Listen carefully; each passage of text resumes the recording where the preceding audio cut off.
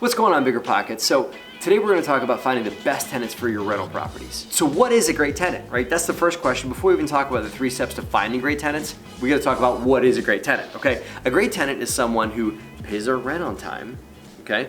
Takes good care of the property, meaning it keeps it clean, they're not hoarding a bunch of stuff in the property, they just take good care of it. Maybe they've got a little garden going on, they just treat it like a home. And the next thing a great tenant does is they are good neighbors to those around them. If you've got a small multifamily, you don't want to, a great tenant is not someone who's having parties every Friday night or has lots of friends come over that are making lots of noise and are disrupting the quiet enjoyment of their neighbors. So a great tenant is someone who does those 3 things.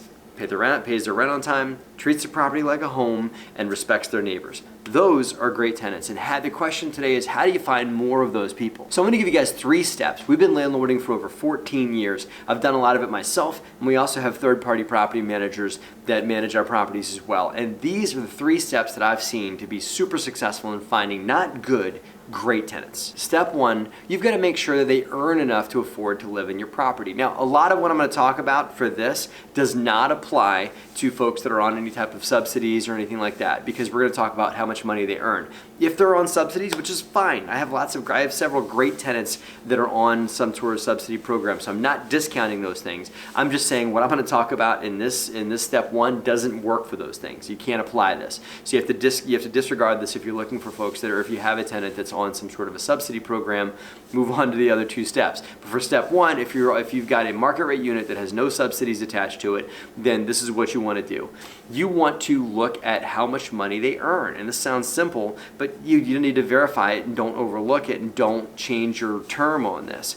You want to look to see their earned income in a monthly period by checking their pay stubs. Don't just let them tell you how much they make. Confirm it with a pay stub. There are some folks that don't get pay stubs who get a letter from their boss and then call their boss and confirm it. Okay, confirm their income. What I have found, the best tenants for us earn 3 times the rent.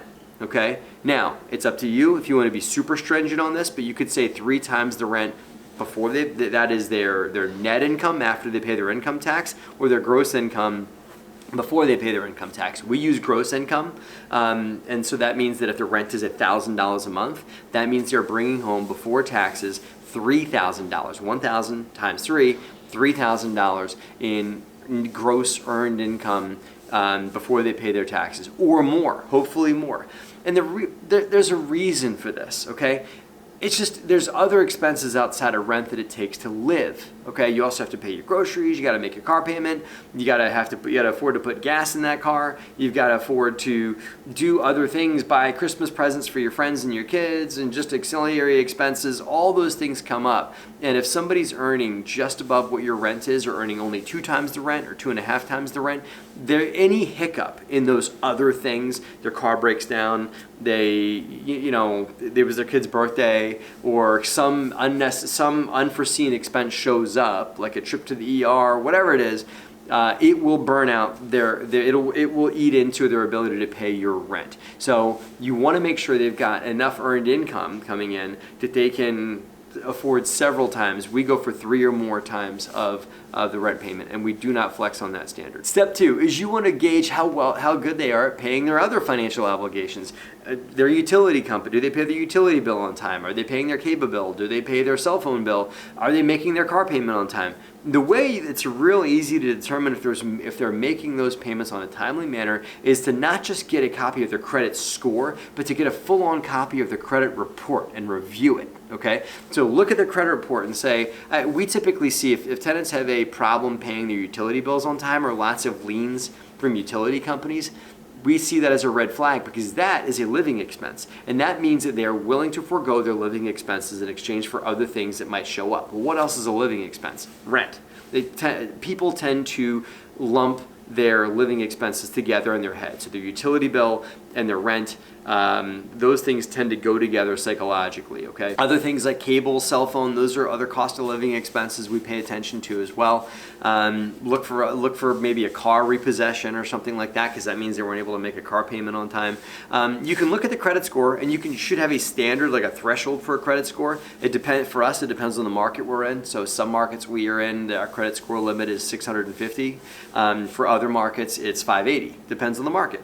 So you need to determine what the actual credit score threshold is for your market. But I've seen a lot of landlords stop at that credit score threshold. You want to go beyond that and review an actual credit report and go line by line through there and see, well, what's pulling their credit score down? Is it because they had medical concern that came up years and years ago that's behind them now? Is it because they missed a couple of payments on a student loan that they've now paid off? Or is it because that they owe several $1,000s to the local utility company? You know, that's a concern. And the last item for their ability to pay their bills on time is you want to look back to see if they have any landlord claims, aka evictions or landlord-tenant claims against them. Because if they have that, that means that if landlord has taken them to court for not paying their rent before, and you may have a standard, as we do, that if they have evictions, our standard is in the last 3 years. So if they have any evictions that have been filed on them in the last 3 years, now we know people grow. I'm not the same person I was several years ago, that maybe they grow and become more financially sound over the last couple of years. But if they've got a pending eviction, we've had people apply for our properties and they're being evicted currently. At the time that they were applying, they had a pending eviction going on. So obviously can't accept that because they're in the middle of something that they're working their way through, which we don't want to be a part of. But if they've had it way, way, way long in the past, some landlords are super stringent about that and say 0 evictions ever. We like to say within the last, say, 3 to 5 years. If we don't see them then we'll consider that to be okay, because that's all a good gauge at how good they are at taking care of their financial matters. That is a big factor on step number 2, which is gauging their ability to take care of their financial obligations. Step number 3, and this goes back to determining how good of a neighbor they're going to be. How good, if they're going to be neighborly, and if they're going to respect the property and respect their neighbors and treat the property like a home. You know, there's an adage out there. You are the average of the 5 people you hang out with, or you are the average of your entire network. And with that's a personal notation to take for yourself, meaning all the people that you spend time with, they kind of rub off on you. Personalities and habits are contagious. So they tend to put some of their personalities and habits on you. You do the favor of transposing those things on them as well. So if your tenant is running around with people that are not the best folks in the world, that have bad financial habits, or that are not living in standard situations that you would be open to having in your property, they're likely going to be bringing that stuff to your property to live there. That said, people that have good habits, people that are going to treat properties like a home, probably hang out with other people that treat property like a home because of that just life rule that habits are contagious. And if your friends are doing a certain thing, they're likely going to rub off on you, and you might start doing the same thing if you look up to and respect your friends. So the way that you gauge someone's network is by getting references from them. Okay, and this is another thing that a lot of landlords overlook, but we don't, and we think it's important to ask for a couple of character references. Ask for, I want to call someone in your network, call their employer, and get a rundown from them. Or ask your property manager to do a quick reference check. And another great reference check is if someone comes to us as a referral from one of our tenants.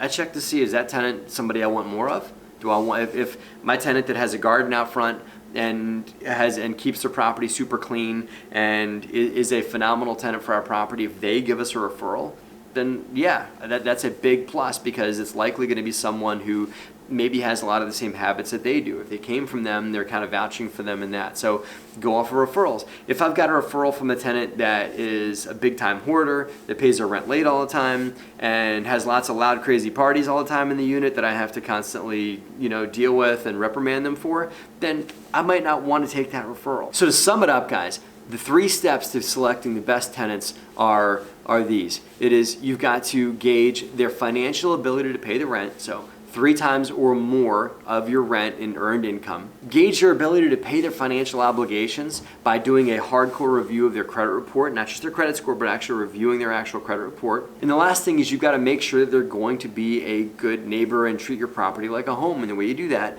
is by making sure that by checking their network. either through your tenants or other referrals that they give you. You do those three things, guys, and you're going to have a property that people treat like a home, that they're going to treat well financially, and they're going to treat their neighbors with respect also. Those are phenomenal tenants, and those will keep your property up long term, and you'll be very happy as a landlord with lots of tenants like that. It's not going to happen overnight, but if you have those standards and rules, then over and over and over again, you're going to slowly increase the caliber of your tenant base and increase the caliber of your property financially. So again, if you guys have bad tenant stories, I want to hear, here's something funny, okay? I want to hear your worst tenant story now, okay? Now that we've went through this whole video, and if you guys watched this whole thing till now, leave a bad tenant story for if you broke one of my 3 rules. I got tons, okay? But leave a bad tenant story, because it's not like I've been doing this for the last 14 years. I've been doing this, I operate my properties this way because I've learned what happens if you don't, okay? So some of you guys might not have operated your properties by these 3 standards, so tell me a really awful tenant story in the comment section below for a tenant that you broke one of these rules and it ended up badly, okay? Tell it, we want to hear about it. We can share some laughs together. Thanks for watching, guys. Have a great and profitable week.